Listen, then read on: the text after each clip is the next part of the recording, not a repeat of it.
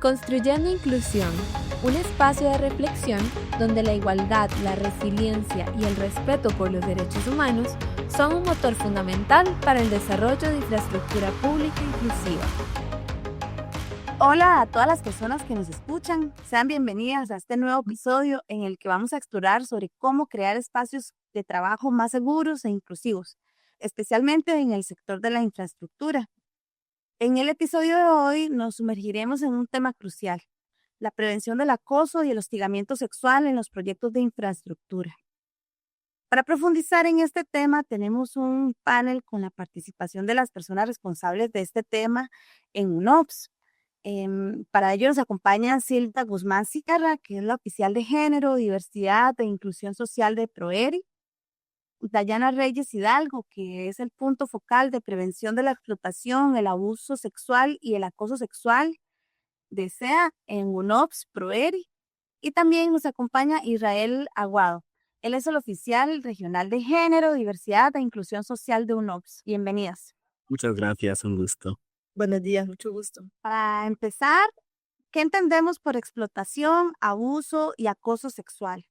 Israel, ¿y por qué para las empresas puede ser importante abordar la prevención de estas conductas? Muchas gracias, Sandra. Bueno, creo que aquí es importante tener claro que tenemos diferentes definiciones en nuestra región, ¿no? Y que va a depender también del sector en el que trabajemos y sobre todo en qué país estemos desarrollando nuestra actividad.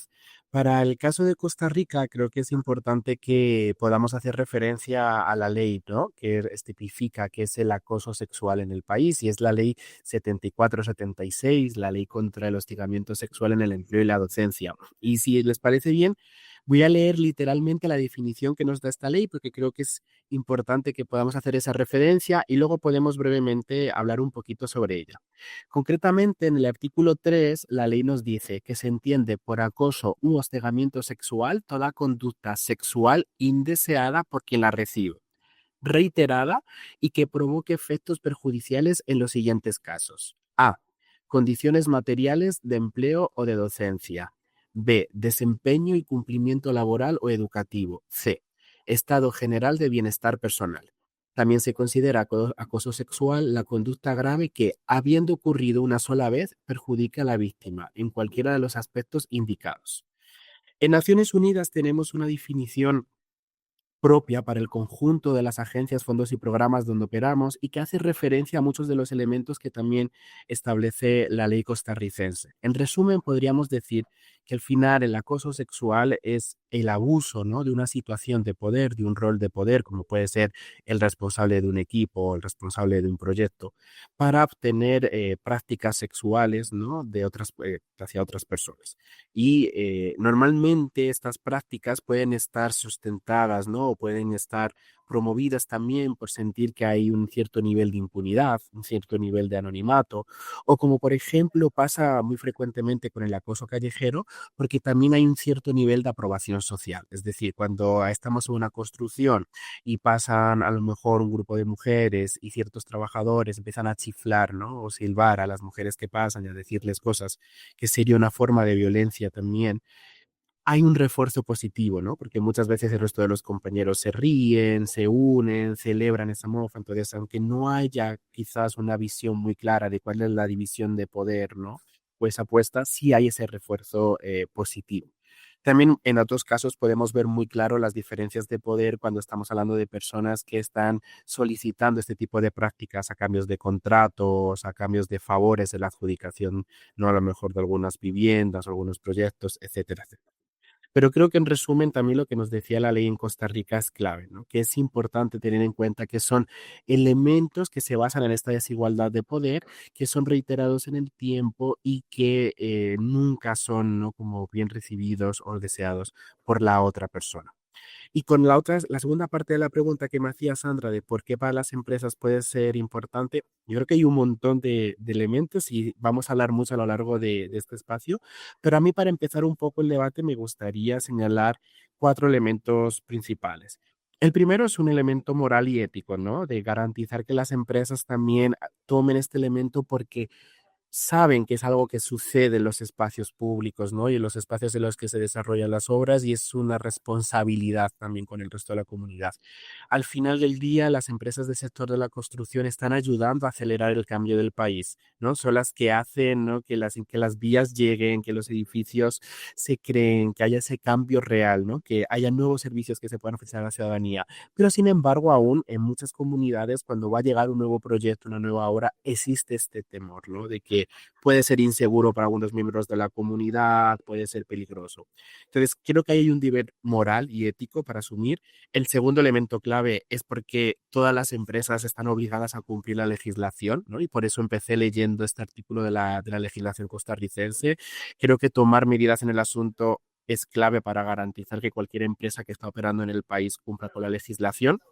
El tercer elemento creo que es clave también y porque hace esta prevención más inteligente para las empresas es también un tema de riesgos reputacionales, ¿no? Todas sabemos hoy en día que ninguna empresa quiere estar vista, ¿no? En estos escándalos o en estas vulneraciones de derechos humanos. Es verdad que muchas veces muchas de las empresas no pueden controlar el 100% de las actividades que hacen sus empleados, ¿no? Pero lo que sí pueden controlar es todas las acciones de prevención para garantizar que estos episodios no se den y sobre todo la respuesta que da cuando se dan estos episodios, ¿no? Sí, yo creo que la ciudadanía sí que espera también como esa respuesta rápida, contundente y ejemplarizante cuando se da alguno de estos casos. Y el último punto que creo que es clave también es un tema de inversión en el capital humano de las empresas y de retención del personal. Es decir, al final del día, empresas donde hay una tolerancia, ¿no? Al acoso sexual, donde la gente ve, los empleados y las empleadas, que no se castiga, que no se intenta cambiar, son empresas donde el talento no va a querer estar, ¿no? Y tarde o temprano van a buscar otros espacios donde sí se respeten y se promuevan estos elementos, ¿no? Entonces, como decía, sé que hay muchas más, pero pongo estos cuatro para iniciar la conversación. Gracias, Sandra. Muchas gracias, Israel. Esto que usted señala me parece muy importante, lo relacionado al deber ético-moral de las empresas en cuanto al cumplimiento de la ley y la normativa nacional, pero también todo lo relacionado afecta el hecho de que no hagan acciones en esta línea, su reputación y específicamente en el caso de UNOPS que trabaja con instituciones públicas de Costa Rica, me parece como todavía más relevante tomar en consideración esos elementos que usted acaba de señalar. Y en esa línea quisiera preguntarle a Silvia, que es la oficial de género en Proeri, ¿qué aprendizajes han identificado sobre los riesgos y desafíos relacionados con el acoso y el hostigamiento sexual en las obras públicas que están gestionando? Muchas gracias, Sandra, y gracias, Israel, también por empezar citando la ley en Costa Rica, ¿verdad? Yo creo que eso es fundamental porque es el marco del cual partimos, pero que no nos debemos de quedar únicamente ahí, ¿verdad? Sino que tenemos que ir más allá del marco de la ley. Y digo esto porque para hablar de desafíos y riesgos, quiero remontarme no solamente específicamente al Proverí, sino a otros proyectos de construcción o de infraestructura que hemos acompañado en UNOPS hace ya varios años. En el 2019, cuando estaba toda la discusión sobre la ley de acoso sexual callejero, la ley 9877, se empezó a hablar mucho de cómo los lugares o los espacios de la construcción eran lugares de riesgo para las mujeres, ¿verdad? Y eran lugares en donde usualmente las mujeres se sentían o vivían acoso. Y esto pues no es el agua tibia, ¿verdad? Para nadie, es algo que es sabido, pero que conlleva una serie, si no es trabajado desde un enfoque de derechos humanos, ¿verdad? Y desde un enfoque integral, conlleva una serie de estereotipos y estigmas también para los espacios de la construcción, ¿verdad? Y para los trabajadores de la construcción, que desde un enfoque de masculinidades también tenemos que abordar y que revisar. Entonces, en ese año, previo a ese año, como mencionaba Israel, teníamos una ley de hostigamiento sexual en el empleo y la docencia, ¿verdad? Que regía las relaciones entre supervisores y trabajadores en los espacios de la construcción, pero el impacto que podían tener los proyectos de la construcción en las comunidades no teníamos un marco legal que lo amparara, ¿verdad? Para prevenir. Y entonces el trabajo que se hacía desde Naciones Unidas, y ya no solo hablo de NOPS, sino de todo el sistema, era muy desde la prevención sin un anclaje, digamos, en la legislación nacional. con la aprobación de la ley de acoso sexual callejero, eso fue como una gran batalla ganada por parte de los colectivos de mujeres en Costa Rica, pero también fue un gran hito, ¿verdad?, en la prevención de la violencia sexual, y también lo fue para UNOPS. Entonces, empezamos a trabajar con talleres en los sitios de la construcción amparados en lo que dice la ley de Costa Rica, la ley específica de acoso sexual callejero, y el marco, digamos, normativo y de enfoque de Naciones Unidas. Y en ese momento, me acuerdo, en 2020 iniciamos los talleres en plena pandemia, ¿verdad? Era una cosa increíble, todos con mascarillas, en unas bodegas, en los proyectos de construcción, ¿verdad? Ahí uno de los principales aprendizajes que obtuvimos, Sandra, fue que la violencia y la discriminación se siente en los cuerpos de formas muy similares, sea la violencia sexual, llamémosla acoso sexual callejero, o sea la discriminación social, digamos, por clase social, la discriminación racial, la discriminación por la xenofobia, la discriminación por capacidades o desarrollo académico, ¿verdad? Y entonces esa posibilidad de empatizar de los trabajadores de obra, de cómo ellos se han sentido discriminados en algún momento de sus vidas por X o por Y, por ser nicaragüenses, por ser afrodescendientes, por ser personas que no tienen desarrollo académico, cómo ellos se sentían al vivir esa discriminación. También ellos pudieron empatizar en cómo se sienten las mujeres cuando viven discriminación. Y sabemos que no es lo mismo todos los tipos de discriminación, ¿verdad?, que se viven de formas distintas y demás, pero esa posibilidad de empatía fue uno de los principales aprendizajes. Y yo creo que desde ahí es que nos hemos dado cuenta que sí, que la ley es importante, que tener mecanismos de atención y de procesamiento de casos de hostigamiento y acoso sexual es importante, pero que la prevención, la educación y la puesta en común de lo que sucede alrededor del acoso sexual callejero es fundamental. Y entonces lo que decía Israel, yo creo que es sumamente importante esta cuestión de yo echo un piropo, comillas, a esto, ¿verdad? Es decir, hago un acoso sexual callejero y obtengo validación por de mis pares, de mis colegas. Les preguntaba a los trabajadores, ¿por qué acosan? ¿Por qué los hombres acosan? ¿Qué es lo interesante de acosar? Y muchos de ellos reflexionaban, bueno, es que el que se echa los mejores piropos, el que X o Y obtiene cierto valor entre los demás. Hay como un compadrazgo, el echar piropos. Y bueno, esto es súper importante porque entonces nos habla de que abordar de todo tipo, el acoso y el hostigamiento sexual de todo tipo, no solo tiene que ver con la sanción, sino más bien con desmitificar todas esas construcciones que hay alrededor de la virilidad, de la masculinidad y demás. Y bueno, entonces, retos, desafíos, aprendizajes. Esto, hablar de acoso sexual, se trata de hablar y de reconstruir la forma en que las personas vivimos nuestra sexualidad en general.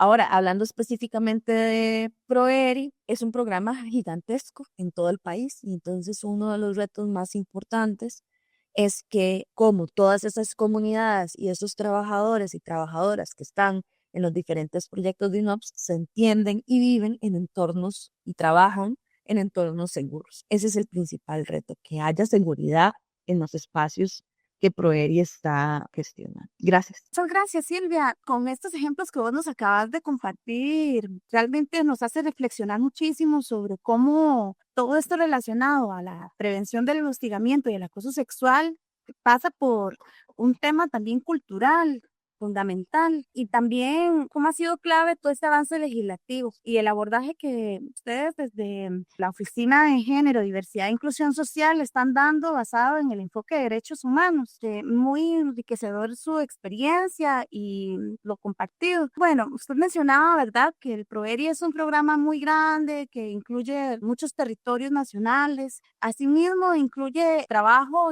de obra pública en territorios indígenas. En ese sentido, Dayana, usted como punto focal de STEA en pueblos indígenas, ¿podría mencionar por qué es importante el abordaje de este tema en estos contextos, en estas comunidades? Muchas gracias, Sandra. Prevenir la explotación y el abuso sexual en las comunidades indígenas es muy importante, debido a que durante décadas las mujeres indígenas han enfrentado lo que es la desigualdad y violaciones a sus derechos, tanto por ser mujeres como por ser mujeres indígenas. Ellas han visto limitados sus derechos, lo que es el acceso a la vida sexual, reproductiva, a pesar de que desempeñan un papel clave en la comunidad, ¿verdad? Las mujeres indígenas son defensoras de sus tierras, son guardianas de los recursos y transmisoras de la lengua, cultura y conocimientos ancestrales. Sin embargo, de ellas se enfrentan agresiones, intimidaciones y amenazas que dificulta el rol en la prevención del conocimiento indígena. Algunas de estas causas son, por ejemplo, las relaciones desiguales de poder, falta de oportunidades económicas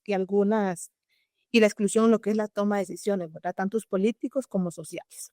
Además, hay desinformación sobre lo que es la prevención de la explotación y los abusos sexuales y sobre cómo funcionan todas estas dinámicas, ¿verdad? De poder, por lo que las dejan muchas veces sin protección, ¿verdad? Y en obras públicas o proyectos que se desarrollan en comunidades indígenas, las mujeres y niñas pueden ser víctimas, como ya antes lo mencionaron, creando ambientes hostiles que afectan su seguridad, dignidad y bienestar. En algunos casos, los trabajadores establecen relaciones con mujeres indígenas durante el proyecto y al terminar se retiran, dejando embarazos y familias sin apoyo. Ante esta situación es importante visibilizar y fortalecer los mecanismos de protección y garantizar que las mujeres indígenas puedan tener acceso pues, a sus derechos y desarrollarse plenamente el papel en la comunidad. Muchas gracias. Gracias, Dayana. Es interesante lo que usted acaba de mencionar, porque en fondo lo que nos hace pensar es que en realidad el abordaje de el acoso y el hostigamiento sexual en pueblos indígenas también pasa por una situación estructural relacionada a relaciones de poder y históricas en estos contextos de pueblos indígenas. Muy interesante su intervención.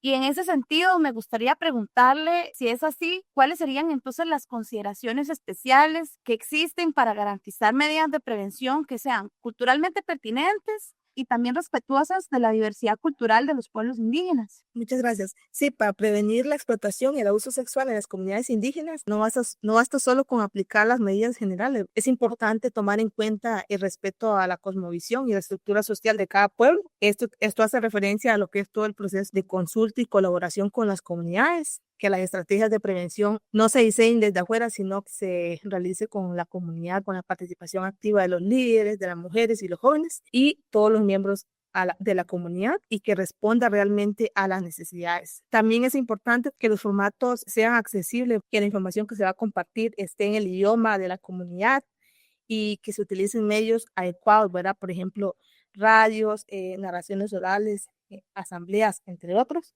y que los materiales sean visualmente sencillos. También es importante fortalecer los mecanismos internos, como ya lo mencioné antes, en vez de imponer modelos externos, es importante pues apoyar y respetar los sistemas propios que tienen cada comunidad de justicia y resolución de conflictos, integrando lo que es la prevención dentro de sus propias prácticas y valores.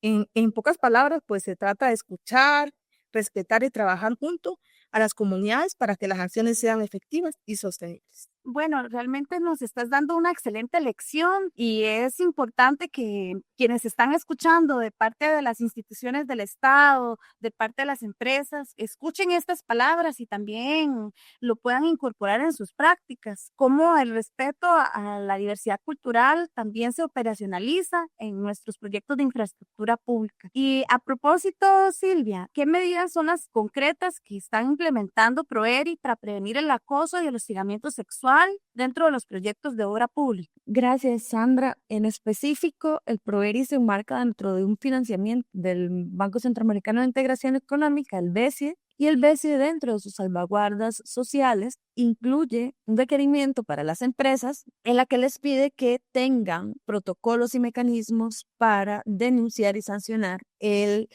acoso y el hostigamiento sexual, tanto para con las personas y la explotación sexual, que hemos hablado poco de la explotación sexual. Tal vez voy a hacer un paréntesis aquí porque también es muy importante el tema de la explotación sexual. Cuando hablamos de explotación sexual, hablamos de aquellos casos en donde hay un abuso de poder a fin de obtener beneficios sexuales, pero hay otro tipo de beneficios o otro tipo de transferencias involucradas, como puede ser sexo a cambio de dinero, como puede ser sexo a cambio de favores, como puede ser sexo a cambio de involucrar X o Y beneficio, digamos, dentro de un proyecto. Y esto vulnera todavía más a las comunidades, porque entonces nos salimos totalmente del enfoque de derechos humanos y del que trabajamos para las comunidades en un sentido de obtener de ellas beneficios, haciendo uso de sí, de violencia y del mal uso del poder y comprometiendo la dignidad, la autonomía, la integridad de las comunidades.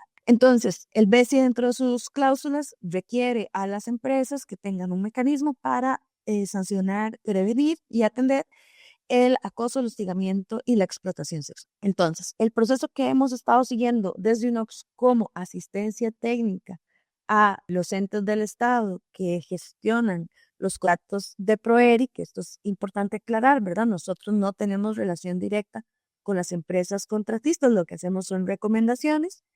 Hemos recomendado que en los términos se involucren una cláusula específica que diga la empresa debe tener un mecanismo para prevenir, sancionar y atender los casos de acoso sexual, acoso y explotación sexual en los proyectos. Ahora bien, en Costa Rica, alrededor del 40% de las empresas del sector de la construcción, según como los datos que tenemos, ya tienen alguna experiencia en tener protocolos o mecanismos para prevenir y sancionar el hostigamiento sexual.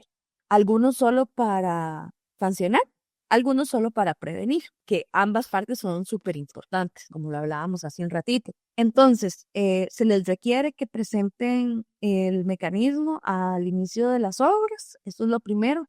En caso de que la empresa no tenga un mecanismo propio o que su mecanismo sea deficiente, UNOPS ofrece una plantilla, digámoslo así, un machote, para hablar en términos ticos, de protocolo, en donde no solo dice tiene que hacer A o B, sino que se da como todo el enfoque desde la ley que hemos hablado, todo el enfoque de derechos humanos y de género.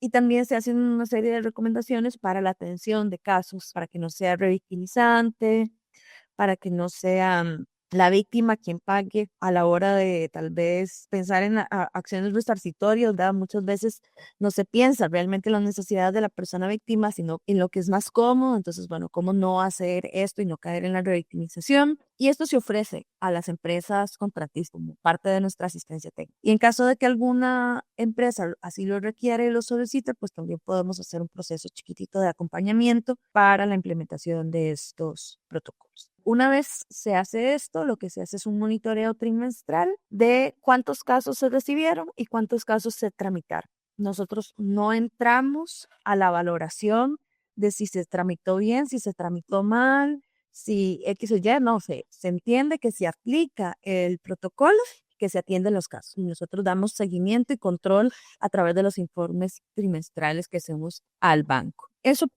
en términos generales. Otro asunto importante y específico que hemos implementado es poner algunas recomendaciones en el plan de pueblos indígenas que tienen que tener todas las empresas contratistas y entonces hablar algunas de estas especificaciones que ya Dayana ha comentado. En términos generales, eso es lo que estamos haciendo desde UNOX para PROERI, para garantizar lo que les decía, que son los espacios seguros, libres de hostilidades y hostigamiento. Muchas gracias, Silvia. Sin duda es un trabajo muy relevante y muy pertinente para los proyectos de obra pública. En ese sentido, considerando que UNOX desarrolla este tipo de proyectos y transversaliza, incorpora medidas de prevención y de gestión de los casos a nivel de Costa Rica, pero también a nivel de otros países de la región, quisiera consultarle a Israel cuáles son los principales retos para que la prevención del acoso y el hostigamiento sexual sea realmente efectiva en la obra pública. Gracias, Sandra. Y bueno, nuevamente gracias a Silvia y a Dayana, creo que nos han ido sacando un montón de temas súper interesantes, ¿no? Y que vamos viendo ahí cómo se van entrelazando y cómo van sumando entre sí.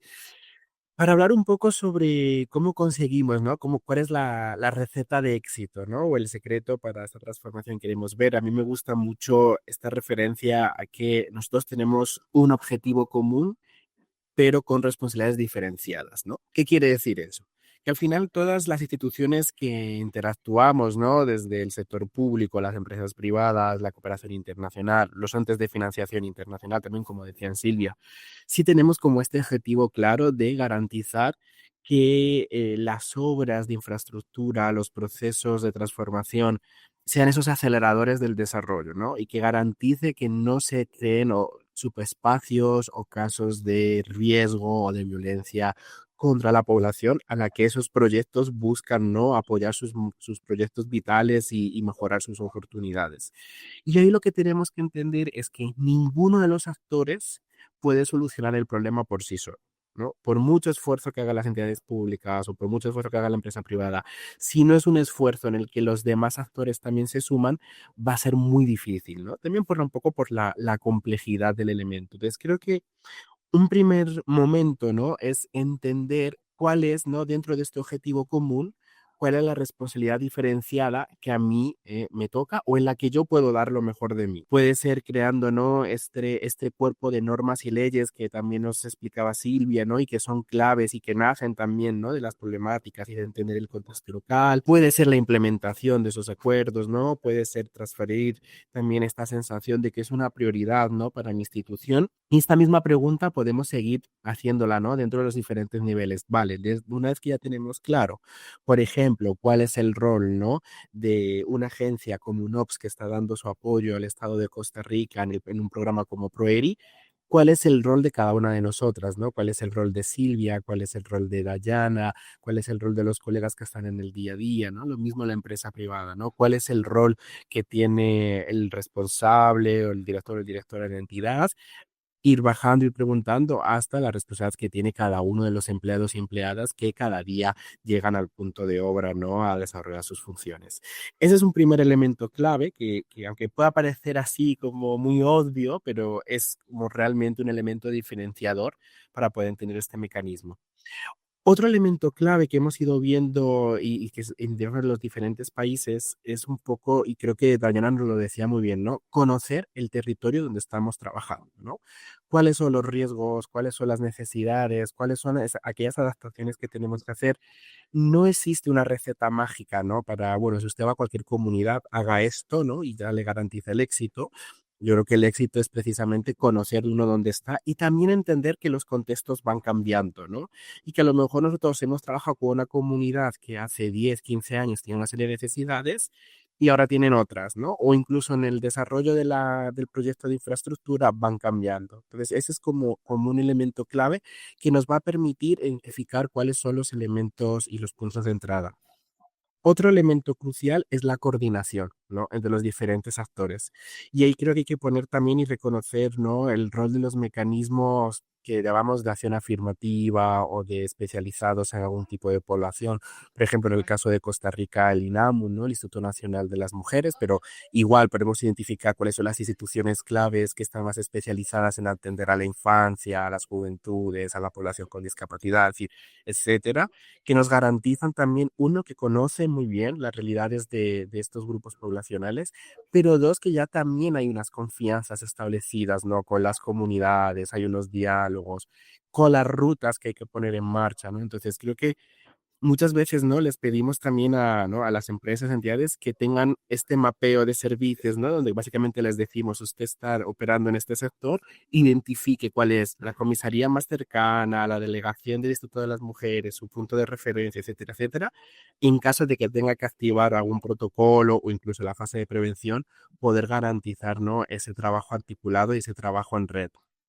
Y también, como decíamos antes, y creo que Silvia lo señalaba muy bien, hay que diferenciar esos momentos, ¿no? Es decir, hay que diferenciar la prevención, que es cuando hacemos todo este esfuerzo, ¿no? De conciencia, de que cada uno entienda cuál es el estándar mínimo de conducta y disciplina que se espera de él y de ella como trabajador o trabajadora.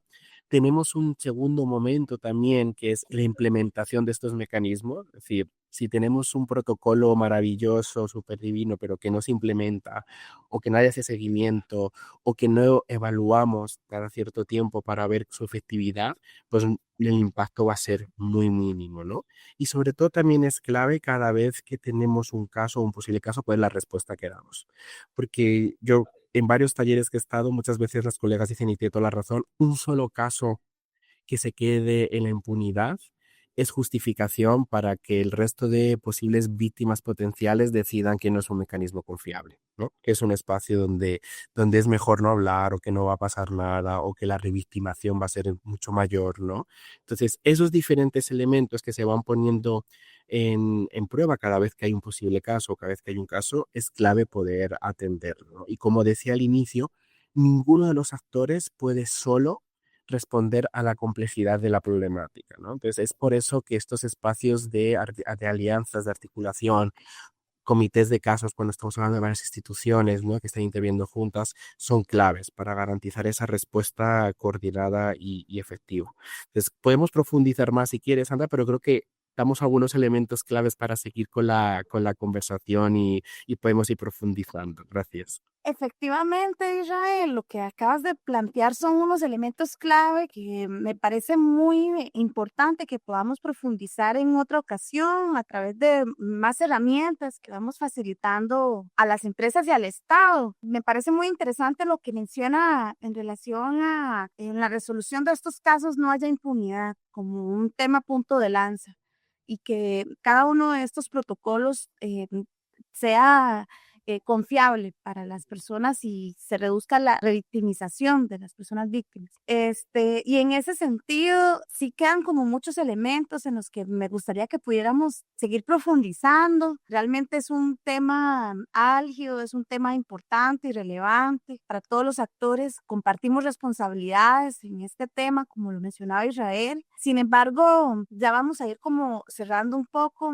el podcast sin antes seguir invitándoles, que sigamos profundizando en estos temas. Y me gustaría invitar a las personas invitadas, a Silvia, a Dayana y a Israel, que por favor nos compartan un mensaje clave para asegurar que las obras públicas sean espacios seguros, respetuosos de los derechos humanos.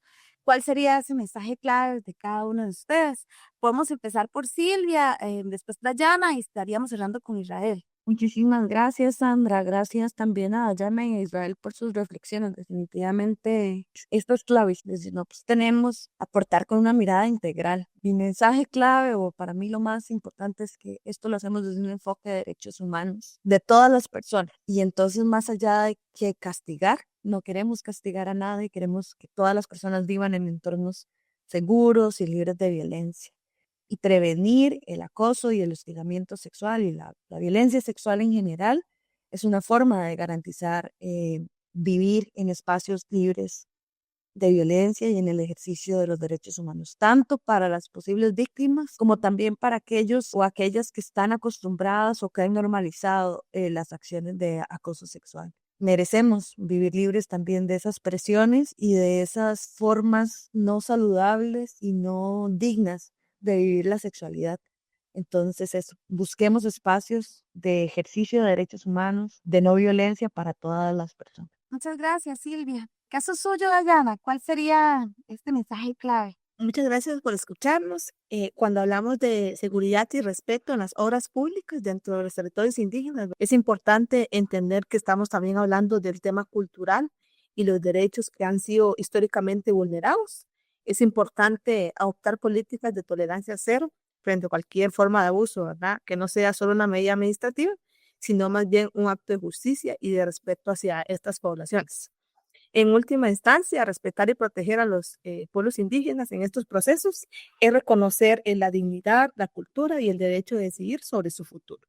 Muchas gracias, Dayana. Para ir concluyendo, Israel, ¿cuál sería su mensaje clave? Gracias, Sandra, y bueno, gracias a Silvia y a Dayana, ¿no? Por esta oportunidad de poder conversar también y hacer un intercambio de saberes y experiencias.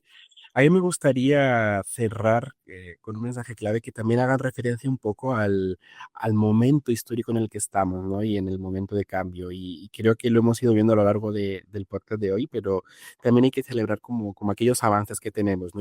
Y sí, ¿verdad? Cada vez vemos como mayor compromiso, ¿no? De todos los actores.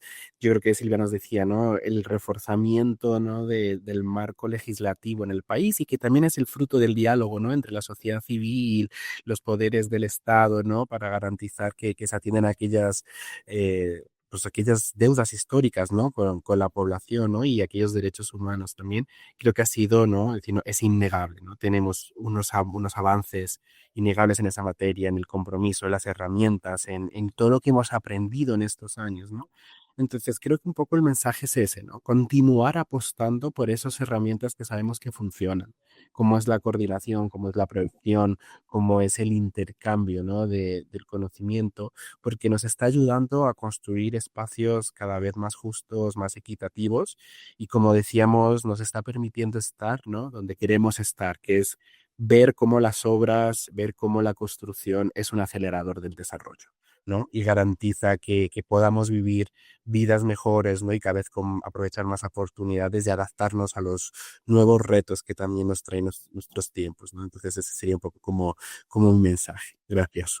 Muchas gracias a las 3 personas que nos acompañaron el día de hoy. Realmente ha sido un podcast muy inspirador que nos anima a eso, construir espacios libres de violencia, construir espacios que respetan la dignidad y que dignifican la dignidad tanto de las personas de las comunidades, pero también del personal de las empresas. Y bueno, todo desde el enfoque de derechos humanos, bueno, todas esas responsabilidades compartidas que conversamos. Es una gran oportunidad para avanzar en esta implementación de enfoque de derechos humanos en los proyectos de obra pública. Muchísimas gracias, Silvia, Dayana, Israel, por sus aportes. Le extiendo la invitación a toda la audiencia para seguir conversando sobre la infraestructura como un motor de desarrollo, de igualdad y de respeto a los derechos humanos. Gracias por acompañarnos en este episodio y les invitamos a seguir nuestras próximas conversaciones sobre género, inclusión y derechos humanos en proyectos de desarrollo. Muchas gracias.